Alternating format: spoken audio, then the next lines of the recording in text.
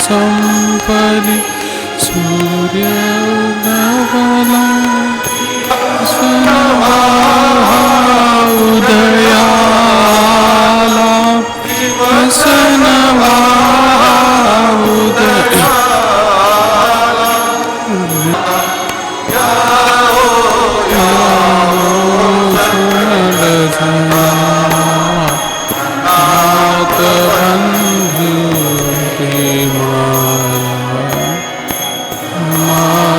समयी बंधु प्रभुला नाथ बंधु देवाला नाथ बंधु देवाला. आजची ही मिसा आपल्या सर्वांच्या हेतूंसाठी अर्पण करण्यात येत आहे. आपल्या धर्मग्रामावर परमेश्वराचा विशेष आशीर्वाद असावा आणि संत रॉकची मध्यस्थी आपल्या प्रत्येक कुटुंबांना लाभावी म्हणून या मिसाबळीमध्ये आपण प्रार्थना करूया. पिता, पुत्र आणि पवित्र आत्मा यांच्या नावे. आपल्या प्रभू येशू ख्रिस्ताची कृपा, परमेश्वराची प्रीती आणि पवित्र आत्म्याचा सहवास तुम्हा बरोबर असो. ख्रिस्ताताई जमलेल्या माझ्या प्रिय बंधू भगिनींनो, या दिवसात आपण आपला आश्रयदाता संत रॉक यांचा नोवेना करत असताना आणि आपल्या जीवनामध्ये अनेक गोष्टींसाठी मागणी मागत असताना परमेश्वराची कृपा आपल्या जीवनावरती नित्य असावी आणि विशेष करून आपल्या प्रत्येक कुटुंबामध्ये सुखाचं, शांतीचं आणि समाधानाचं वातावरण असावं. या कोविड-19 काळामध्ये आपण सर्वजण असताना आपल्या प्रत्येकाला परमेश्वराने सुरक्षित ठेवावं आणि अगदी सुरळीतरित्या आपलं जीवनमान पुन्हा सुरू व्हावं, या सगळ्या मागण्या घेऊन आपण परमेश्वराकडे दयेची आणि क्षमेची याचना या मिसाबळीमध्ये करूया.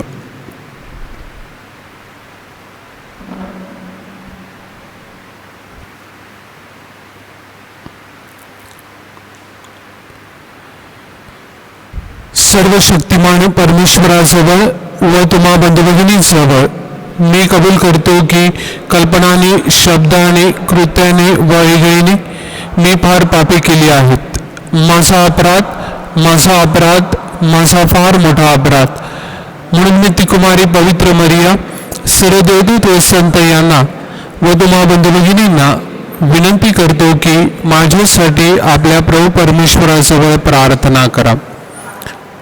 सर्व समर्थ परमेश्वर आम्हावर दया करू, आमच्या पापांची क्षमा करून आम्हाला सार्वकालिक जीवनाकडे नेवो.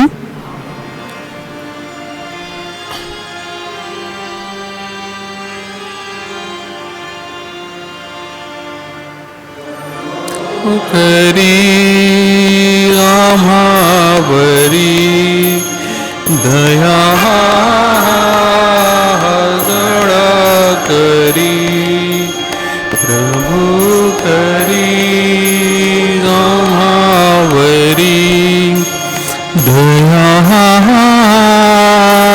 जळा करी ख्रिस्ता, करी आम्हावरी दया जळा करी ख्रिस्ता करी आमावरी दया जळ करी प्रभू करी आम्हावरी दया जळ करी प्रभू करी आम्हावरी दया जळ करी. आपण प्रार्थना करूया.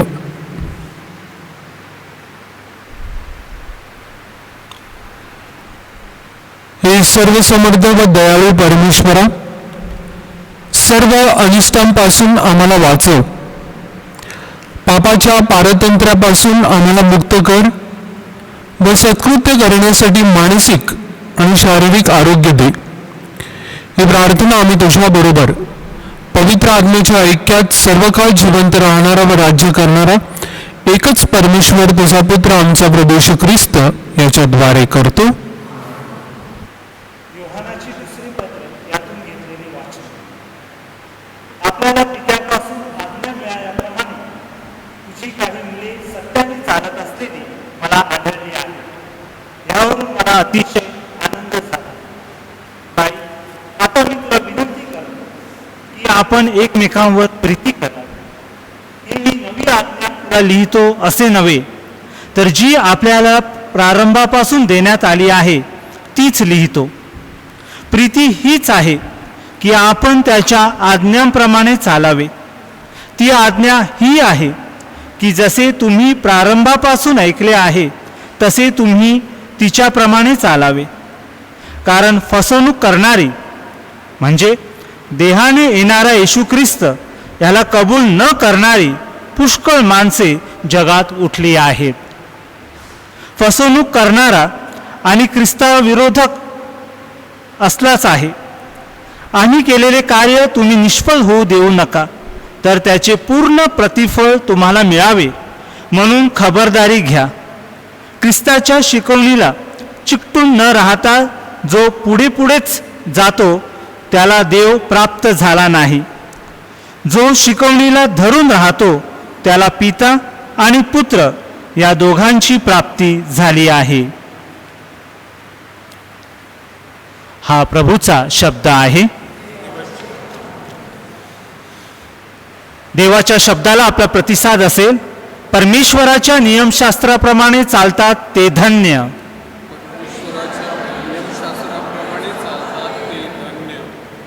जे आपले वर्तन चोख ठेवून परमेश्वराच्या नियमशास्त्राप्रमाणे चालतात ते धन्य.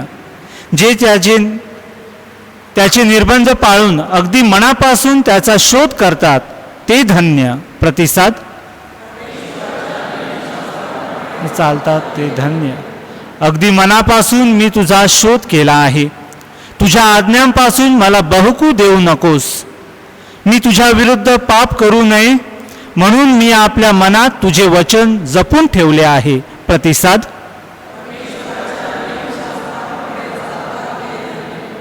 आपल्या दासाला औदार्य दाखव, म्हणजे मी जिवंत राहून तुझे वचन पाळीन. तू माझे नेत्र उघड, म्हणजे तुझ्या नियमशास्त्रातील अद्भुत गोष्टी माझ्या दृष्टीस पडतील. प्रतिसाद त्याच्या नियमशास्त्राप्रमाणे चालतात ते धन्य. जयघोष.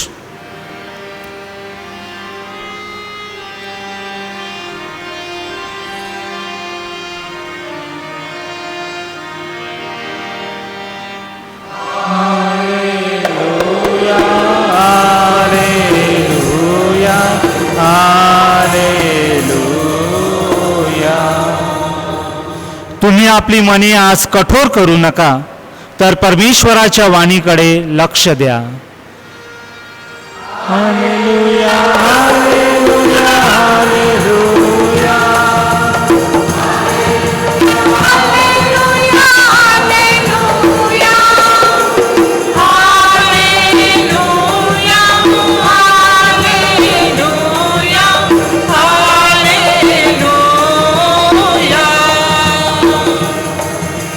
Hallelujah.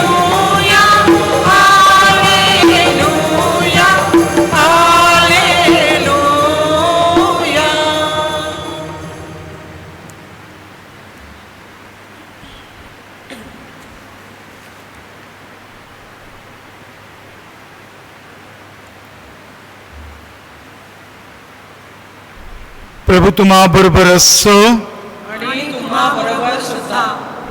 लूक लिखित शुभवर्तमानातून घेतलेलं वाचन. हे प्रभू तुझा गौरव असो. येशू आपल्या शिष्यांना म्हणाला, नोआच्या दिवसात झाले तसे मनुष्याच्या पुत्राच्या दिवसातही होईल. नोआ तारवाद केला आणि जलप्रलयाने येऊन सर्वांचा नाश केला.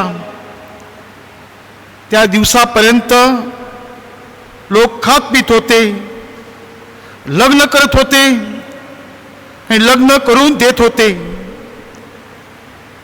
तसेच ज्याप्रमाणे लोटच्या दिवसात झाले त्याप्रमाणे होईल.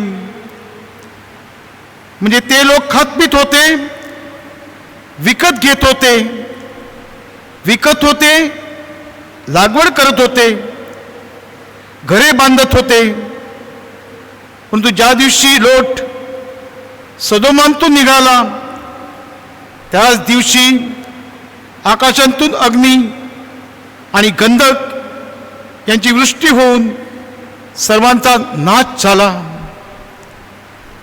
मनुष्याचा पुत्र प्रकट होईल त्या दिवशी असेच होईल. त्या दिवशी जो धाब्यावर असेल त्या आपल्या घरात असलेले सामान नेण्याकरिता खाली येऊ नये. आणि तसेच जो शेतात असेल त्याने आपल्या सामानासाठी मागे फिरू नये. लोटच्या बायकोची आठवण करा. जो कोणी आपला जीव सांभाळण्याचा प्रयत्न करील तो आपल्या जीवाला मुकेल, आणि जो कोणी आपल्या जीवाला मुकेल तो आपला जीव वाचविल. मी तुम्हाला सांगतो, त्या रात्री एका बिछाण्यावर धोके असतील, एक घेतला जाईल आणि दुसरा तिथेच ठेवला जाईल. दोघी मिळून दळत असतील, एक घेतली जाईल आणि दुसरी तेथेच ठेवली जाईल. त्यांनी त्याला म्हटले, प्रभू कोठे? त्याने त्याला म्हटले, जेथे प्रेत आहे तेथे गिधाडे जमतील.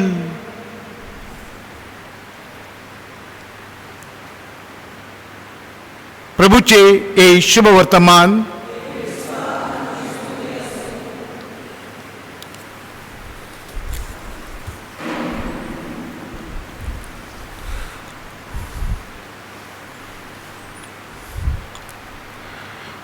ख्रिस्ताठाई जमलेल्या माझ्या प्रिय बंधू भगिनींनो, आजचं शुभवर्तमान आणि वास्तव परिस्थिती जी आपण आपल्या प्रत्येकाच्या जीवनामध्ये अनुभवत आहोत, ह्याचा जर आपण मेळ घालण्याचा प्रयत्न केला तर बऱ्याचशा गोष्टी आपल्याला जणू आताच्या काळासाठी सांगितल्या जात आहेत असा प्रत्येक वाक्यातून जणू आपल्या समोर प्रकट होत जातो. दोघे बिछाण्यावर असतील, एकाला घेतलं जाईल, एकाला तेथेच ठेवलं जाईल. का अशा प्रकारची परिस्थिती की समाजामध्ये जीवन जगत असताना मी माझे जीवन कशा प्रकारे जगत आहे ह्याला फार महत्वाचं स्थान आहे. मी किती जगलो ह्यापेक्षा मी समाजामध्ये माझे जीवन कशा प्रकारे जगलो हे फार जीवनामध्ये अग्रस्थानी जात असते. आणि त्याचाच प्रत्यय अनेक गोष्टींमधून आपल्याला येत असतो. आज कोविड-19 ही परिस्थिती अनुभवत असताना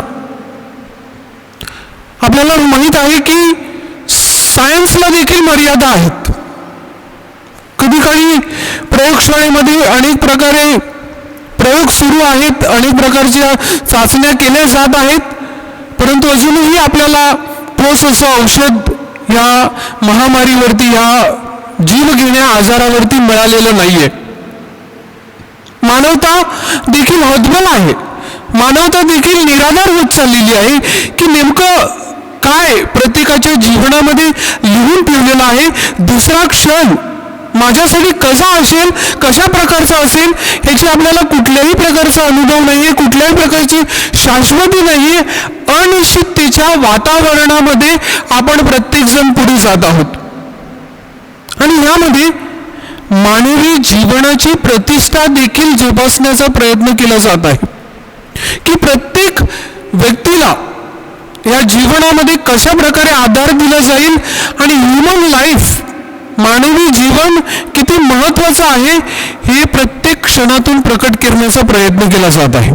मग एखाद्याला गरीब परिस्थितीमधून सुद्धा ट्रीटमेंट देण्याची परिस्थिती असो किंवा जीवनामध्ये आलेलं आव्हान पेलण्यासाठी दिलेला आधार असो, या निरनिराळ्या गोष्टीतून समाज काय दाखवून देण्याचा प्रयत्न करत आहे की मानवी जीवनाची प्रतिष्ठा. परंतु एक साईडला मानवी जीवन टिकवायचं आहे, दुसऱ्या साईडला आपण धर्माच्या दृष्टीने पुढे जाण्याचा प्रयत्न करत आहोत आणि यामध्ये एक महत्वाची गरज म्हणजे आपल्याला काय गरजेचं आहे की एकमेकांची साथ सोबत देणं. कधी कधी जीवनामध्ये काही गोष्टी आपल्याला मिळाल्यानंतर आपण स्वार्थाकडे डोकावू लागतो. जीवनामध्ये मला जे हवं आहे, माझ्या बाबतीत जे चांगलं पाहिजे ते मला मिळाल्यानंतर माझा स्वार्थ जीवनामध्ये बळावू लागतो आणि दुसऱ्या बाजूला समाजामध्ये जे गरजवंत आहेत त्यांची गरज सुद्धा माझ्या नजरेसमोर येत नाही. म्हणून ही महामारी जरी विचित्र स्वरूपाची असली तरी अनेक गोष्टी आपल्याला जीवनामध्ये अस्पष्टपणे आणि काही गोष्टी स्पष्टपणे शिकवून जाणार आहे की मनुष्य ह्या समाजामध्ये चिरकाळ टिकण्यासाठी आलेला नाहीये. आपण सर्वजण ह्या जगाचे केवळ प्रवासी आहोत, रहिवासी कोणी नाहीये. आपलं खरं निवासस्थान संत पौल सांगतो ते त्या ठिकाणी आहे. मात्र या जीवनामध्ये जणू मी माझ्या पुढील जीवनाची तयारी करत असतो. मी समाजामध्ये कशा प्रकारे वागलो, मी समाजामध्ये कशा प्रकारे जीवन जगलो. पहिल्या वाचनामध्ये आपण ऐकलं, संत पौल सांगतो की अनेक बाबतीमध्ये फसवणूक चाललेली आहे, अनेक बाबतीमध्ये लुबाडणूक चाललेली आहे. कुणाचे पैसे घेतले जातात, परत दिले जात नाही, कुणाच्या जमिनी हिसकावून घेतल्या जात आहेत. समाजामध्ये अनाचार माजलेला आहे, अत्याचार माजलेला आहे. मात्र अशा काही घटना जीवनासमोर येतात, अशी काही आव्हानं जीवनासमोर उभे राहतात, तेव्हा मनुष्य प्रश्न विचारू लागतो स्वतःला, हे जे सगळं मी काही हिसकावून घेतलेलं आहे हे मी सोबत घेऊन जाणार आहे का? कोविडमध्ये परिस्थिती सुद्धा निर्माण झाली की मृतदेह सुद्धा आपल्याला चर्चच्या सेमिटरीमध्ये काही काळ पुरता येत नव्हते. म्हणजे ती 6x4ची 6x5ची जागा सुद्धा आपल्या हक्काची नाहीये. आणि अशा परिस्थितीमध्ये आपण जीवनामध्ये कसे उभे राहतो. 2006 मध्ये अमेरिकेचे 2 वैभव ट्विन टावर्स जेव्हा आतंकवादी हल्ल्याने जमीनदोस्त करण्यात आले तेव्हा एक महत्वपूर्ण घटना घडली त्या ठिकाणी. त्या अगोदर त्या लोकांचा ईश्वरावरील श्रद्धा ही कमी कमी होत चाललेली होती. मात्र ही घटना जेव्हा घडली त्यानंतर देवळे भरू लागले. आज कोविड परिस्थितीमुळे आपण सर्वजण या ठिकाणी उपस्थित राहू शकत नाही, परंतु ही महामारी जेव्हा जाईल तेव्हा आपल्याला ईश्वराची अधिक जाणीव होईल. म्हणून ही अस्पष्ट स्पष्ट रीतीने का असेना परंतु चांगली जाणीव आपल्या सर्वांसाठी होत आहे की परमेश्वर जो माझा निर्माता आहे, ज्या परमेश्वराने मला जीवन दिलेलं आहे त्या परमेश्वराला मी जीवनात कधी कधी विसरू लागतो. की मी माझ्या स्वबळावर, मी माझ्या स्वहिमतीवर सगळं काही मिळवू शकतो, अशी चुकीची कल्पना माणसाच्या जीवनामध्ये आणि अंतःकरणामध्ये घर करू लागते. ती कल्पना जेव्हा जास्त वरचढ होते तेव्हा मनुष्य कोणालाही जुमानत नाही. स्तोत्रकार आपल्याला सांगतो, जो मनुष्य परमेश्वराचे भय धरतो ते धन्य, त्याच्या जीवनामध्ये सर्व काळ सुख शांती वाहत राहील. आपण जीवनामध्ये किती प्रमाणात परमेश्वराचं भय बाळगत असतो? किती प्रमाणात? भय म्हणजे परमेश्वर मला मारणार आहे अशा प्रकारे नाही, परंतु नैतिक जीवन पुढे नेण्यासाठी, चांगल्या मूल्यांवरती आधारित असलेलं जीवन पुढे नेण्यासाठी हे परमेश्वराचं भय मला जीवनामध्ये मदत करत असते. ईश्वरावरती ठेवलेली श्रद्धा ही मला अशा प्रकारच्या महामारीमध्ये, पॅन्डेमिकमध्ये सुद्धा साथ देते. कधी कधी आपल्याला भीती वाटते की माझ्या जीवनाचं काय होईल, परंतु ज्या माणसाच्या अंतःकरणामध्ये श्रद्धा मुळावलेली आहे त्यांना भीती वाटत नाही. त्याचा अर्थ असा नाहीये की कोणत्याही गोष्टीची ते खबरदारी घेत नाही, की बिनधास्तपणे इथे तिथे फिरतात, नाहीये. परंतु त्यांची श्रद्धा आहे की परमेश्वर माझा तारणार आहे, तो माझ्या सोबत आहे, त्याचा मला आधार आहे. ही गोष्ट जरी ह्या काळामध्ये आपल्या अंतःकरणामध्ये रुजली तरी पण खूप काही आपण ह्या जीवघेण्या किंवा या महामारीमधून शिकलो अशा प्रकारे होईल. जर ती श्रद्धाच आपण आपल्या जीवनामध्ये रुजवली नसेल, ती श्रद्धा जर आपल्या अंतःकरणामध्ये घर करणार नसेल, तर आपल्याला अनेक गोष्टींचं भय मारलं जाईल. कदाचित काही काळाने ही महामारी जाईल, परंतु दुसऱ्या अनेक येतील गोष्टी की समाजामध्ये, त्यामुळे आपल्या समोर अनेक प्रकारचे आव्हाने निर्माण होऊ लागतील. मात्र ह्या कामी प्रत्येक क्षणी चांगली श्रद्धा आपल्या सोबत आपल्याला मदत करत असते. दुसरा महत्वाचा मुद्दा की खरी आध्यात्मिकता फसवणूक करणारी आध्यात्मिकता नाहीये. खरी आध्यात्मिकता जीवनामध्ये केवळ मी हात जोडतो किंवा मोठ्याने प्रार्थना करतो असं नाहीये, तर माझं जीवन सखोल अशा आध्यात्मिक गोष्टींनी भरलेलं आहे.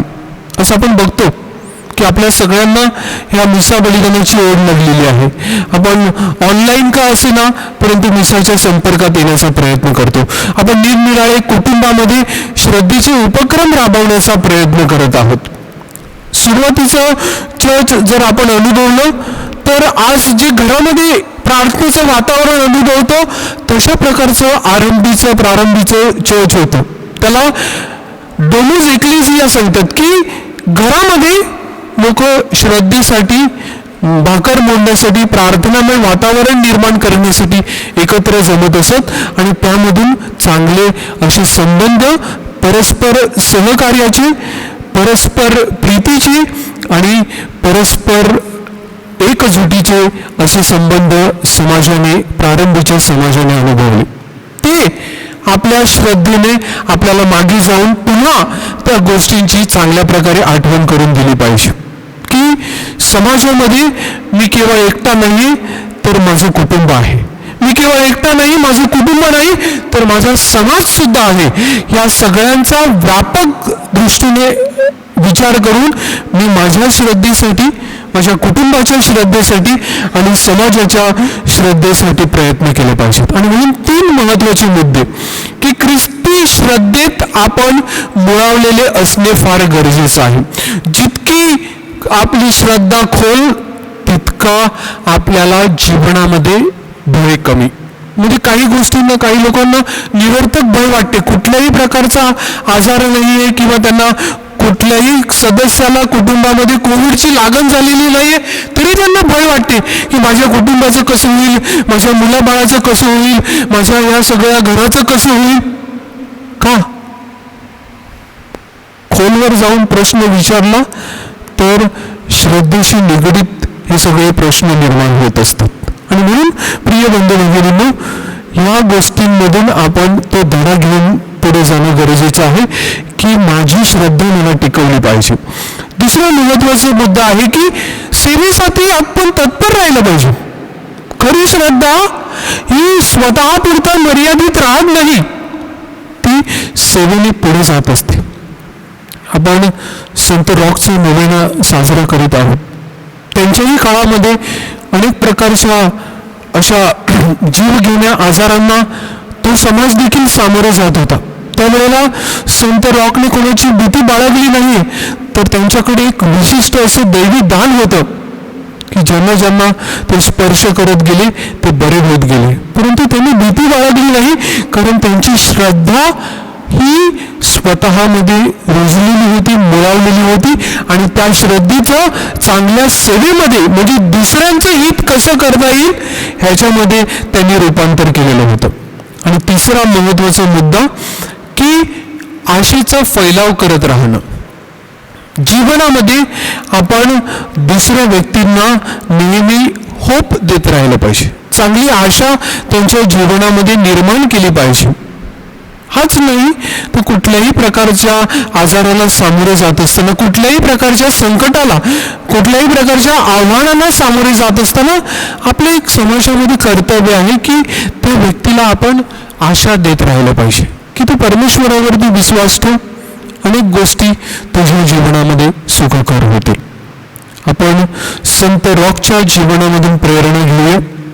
अच्छा, शुभवर्तमानामध्ये जसं सांगितलेलं आहे की जितकं आपण चांगलं जीवन जगू तितका आपला पुढचा प्रवास अधिक सुखकर होईल. आणि तीही प्रेरणा आपल्या जीवनाच्या केंद्रस्थानी ठेवूया. आणि या महामारीला सामोरं जात असताना आपल्या श्रद्धेमध्ये दिवसागणिक आपल्याला जितकी वाढ करता येईल, ही श्रद्धा जितकी आपल्याला मजबूत करता येईल ती मजबूत करण्याचा प्रयत्न करूया.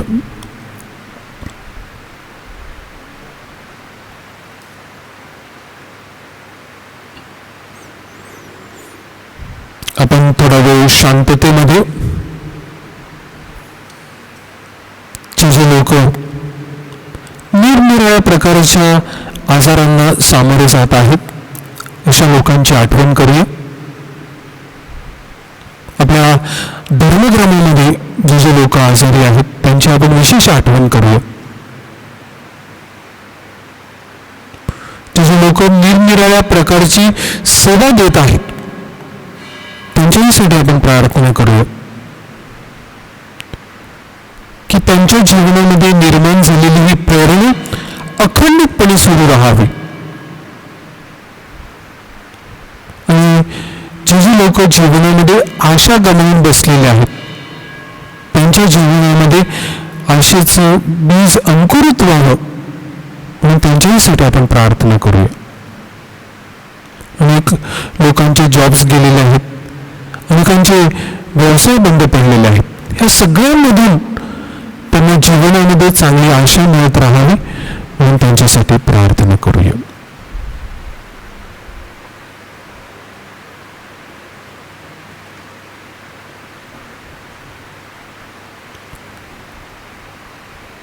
अर्पण गीत.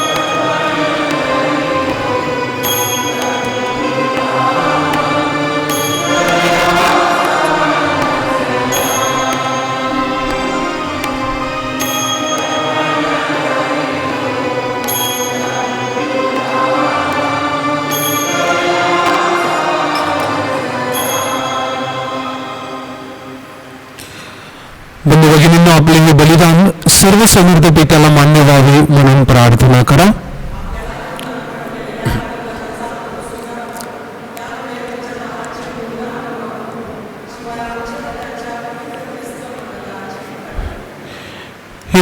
परमेश्वरा, या ख्रिस्त शरीर विधीमध्ये आम्ही ख्रिस्ताच्या मृत्यूची घोषणा करतो. आमच्या या दानांचा स्वीकार कर व ख्रिस्ताचे भक्तिपूर्वक अनुकरण करण्यास आम्हाला सहाय्य कर. तो परमेश्वर असून सर्व काळ जिवंत राहतो व राज्य करतो. बरोबर असो. तुमचे अंतःकरण प्रभूकडे लावा. प्रभू आमचा परमेश्वर याचा आभार मानूया. हे पवित्र पित्या, सर्व समर्थ सनातन परमेश्वरा, आमच्या प्रभू येशू ख्रिस्ताद्वारे आम्ही तुझे नित्य व सर्वत्र आभार मानावेत हे योग्य व तारणदायक आहे. प्रेम भावनेने आम्ही त्याच्या मृत्यूचे स्मरण करतो. श्रद्धा भावनेने आम्ही त्याच्या पुनरुत्थानाचा उद्घोष करतो. अढळ आशा भावनेने आम्ही त्याच्या वैभवाने परतण्याची वाट पाहतो. म्हणून सर्व संत व सर्व दूत यांच्या बरोबर आम्ही तुझे निरंतर गुणगान गातो.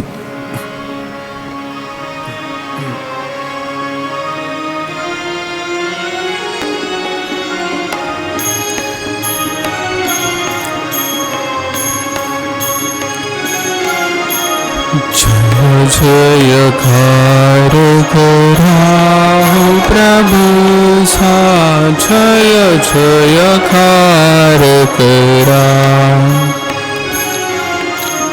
जय जयकार कराहो प्रभूचा, जय जयकार करा. स्वर्ग आणि पृथ्वी तुझ्या वैभवे अखंड भरली आहेत. परम स्वर्गांत जय जयकार. परम स्वर्गांत जय जयकार. जय जयकार कराहो प्रभूचा, जय जयकार करा. जय जयकार कराहो प्रभूचा, जय जयकार करा.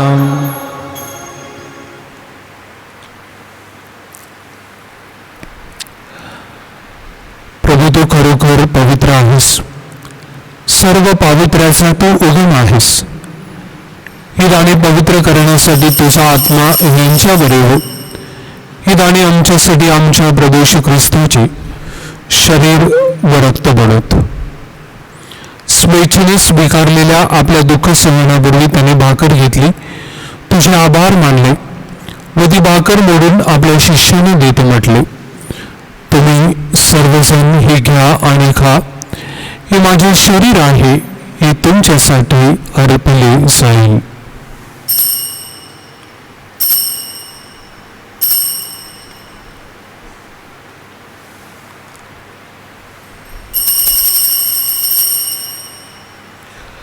भोजन झाल्यानंतर त्याने प्याला घेतला, पुन्हा त्याचे आभार मानले व तो प्याला आपल्या शिष्याने देत म्हटले, तुम्ही सर्वजण हा घ्या व यामधून प्या.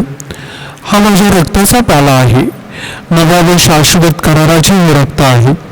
हे तुमच्या व साऱ्या मानवांच्या पापक्षमेसाठी सांगण्यात येईल. हे माझ्या आठवणीसाठी करा.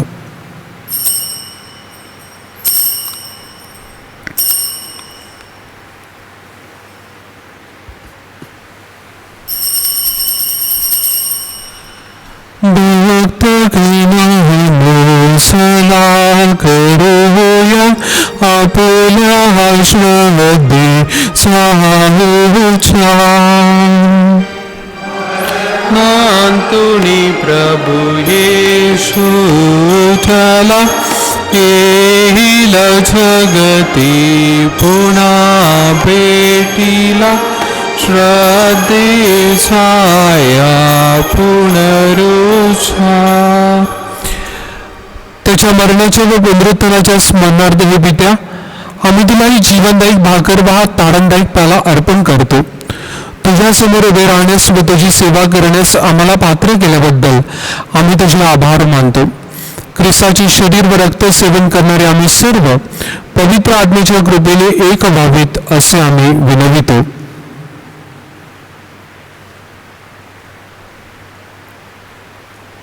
प्रभू, सर्व जगभर पसरलेल्या या किस्तीची आठवण कर.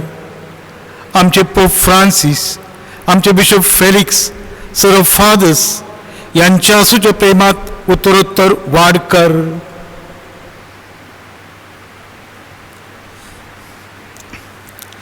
मरणातून पुन्हा उठण्याच्या आशेने ख्रिस्ताठाई विश्रांती पावलेल्या आमच्या बंधू भगिनींची आठवण कर.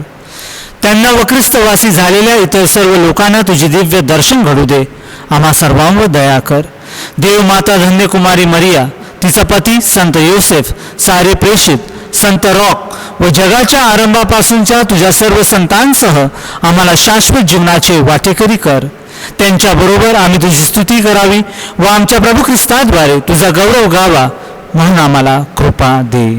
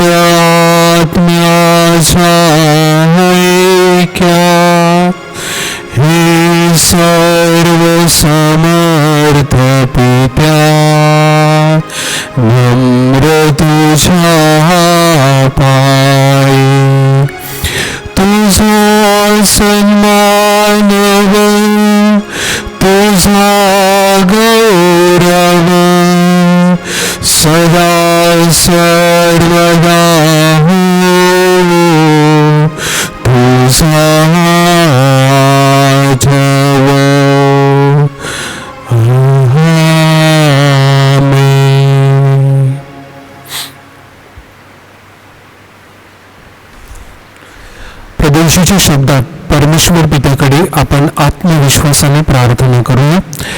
आमच्या स्वर्गीय बापा, तुझे नाव पवित्र मानले जावो. तुझे राज्य येवो. जसे स्वर्गात तसे पृथ्वीवर तुझ्या इच्छेप्रमाणे हो. आमची दररोजची भाकर आज आम्हाला दे, आणि जसे आम्ही आमच्या अपराध करणाऱ्याला क्षमा करतो तसेच तो आमच्या अपराधांची क्षमा कर. आणि आम्हाला मोहात पडू देऊ नकोस, पण वाईटापासून आम्हाला सोडव.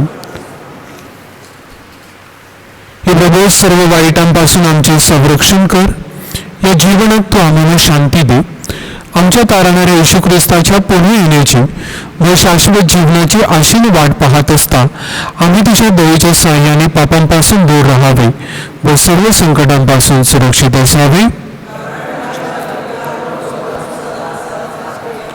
हे प्रभू येशू ख्रिस्ता, तू आपल्या प्रेषितांस म्हणालास, मी तुम्हासाठी शांती राखून ठेवतो, मी माझी शांती तुम्हास देतो.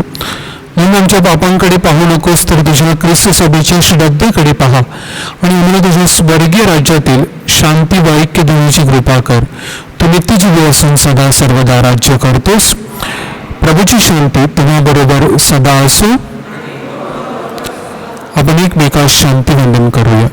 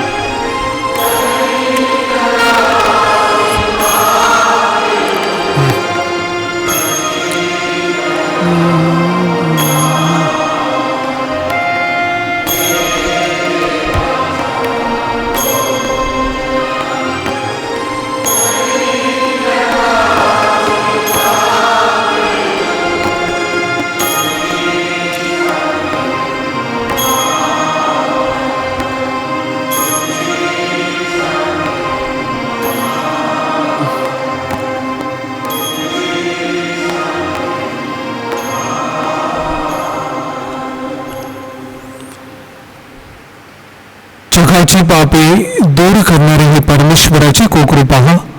या कोकराच्या भोजनास बोलावण्यात आलेले आपण सर्वजण धन्य.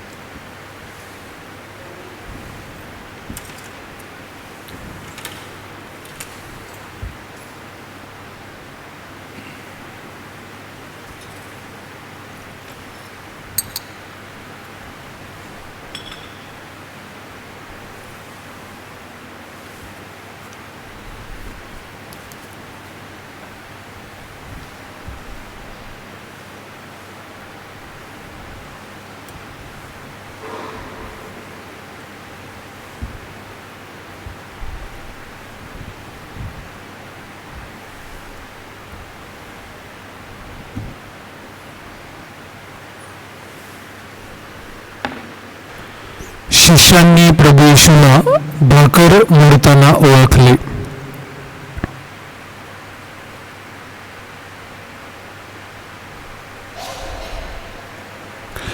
आपण प्रार्थना करूया. हे प्रभू, पवित्र संस्काराद्वारे तू आमचे पोषण करतोस. तुझे आम्ही आभारी आहोत. तुझा पवित्र आत्मा आम्हावर पाठव. एकमेव मनाने तुझी सेवा करण्यास आम्हाला या स्वर्गीय भाकरीच्या कृपादानाने सहाय्य कर. ही प्रार्थना आम्ही प्रभू येशूच्या नावाने करतो. प्रभू तुम्हा बरोबर असो.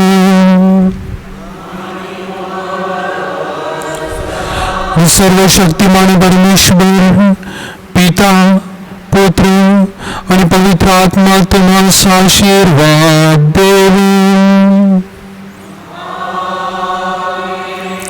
जा, तुम्हाला ख्रिस्ताच्या शांतीने पाठवण्यात येत आहे.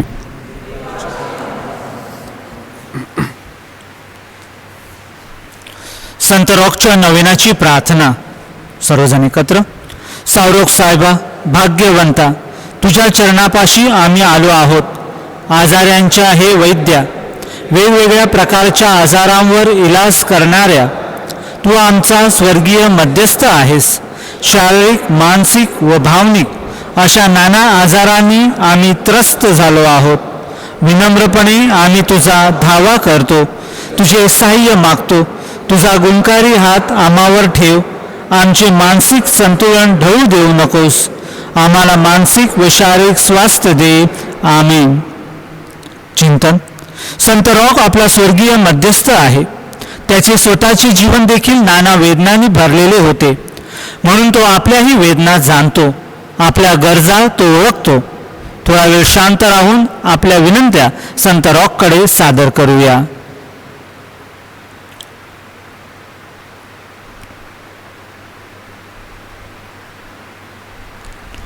संत रॉकची प्रार्थना. सर्व एकत्र.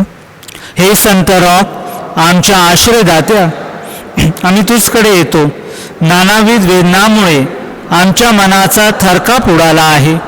अनेक प्रकारच्या व्याधींमुळे आमचे हात व हृदय थरथरत आहे. आमची बिथरलेली मने व थरथरणारी मनगटे आम्ही तुझ्या हातात सोपवितो.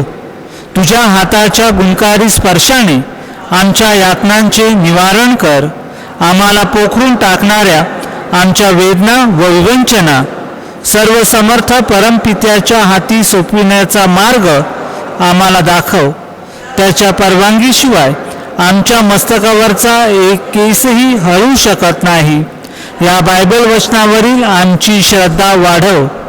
ज्याप्रमाणे देवाच्या कृपाछत्राखाली तू राहिलास त्याचप्रमाणे आम्हीही असावे, म्हणून तुझ्या आशीर्वादाचे हात आमच्या मस्तकावर कायमरूपी ठेव. आमीन.